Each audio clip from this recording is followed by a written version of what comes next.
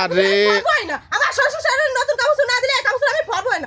বন্যা ও বন্যা এই দেখো তোমার জন্য নতুন নতুন থ্রি পিস কিনে নিয়ে এসেছি, দেখো কি সুন্দর থ্রি পিস। বাবা তাই তাই হ্যাঁ তুমি আমার জন্য থ্রি পিস কিনে নিয়ে এসেছো? হ্যাঁ হ্যাঁ দেখো ওরে বাবা সুন্দর তো, কয়টা আনিছো? দেখো ভালো দেখো এক গাদা নিয়ে আইছি। ওরে বাবা ও সুন্দর হয়েছে বটে। তুমি খালি সাজবা গুজবা আর চলবা বুঝছো? বাহ কিরাম ফাইন দেওয়া যাবেন না তোমারে?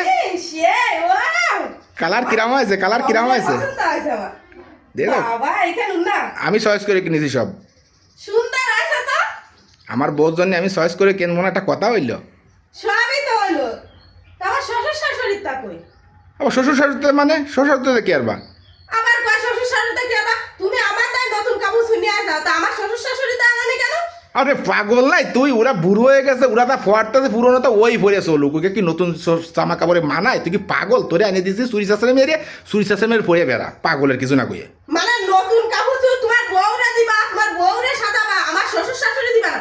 আমি তোমার সেই বউ না যে আমার শ্বশুর শাশুড়ি তুমি নতুন কাপড় দিবা না, আমার সোরের মতো আনি দিবা, আমি তাই পরবো। এই কাপড় আমি পরবই না, এই কাপড় আমি পরবই না। ও ভাই না কি আছে কোন যাচ্ছি শোন, পরবই না। কেন কি আছে আমি তো বুঝলাম না।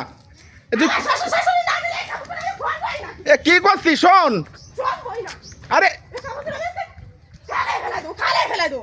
আরে পরবই না। আমার শ্বশুর শাশুড়ি নতুন কাপড় না দিলে এই কাপড় আমি পরবই না, খালে ফেলে দেবো। আরে শালার পাগল, আপন শালায় বাদ পায় না বাইফো বড়ার বাল।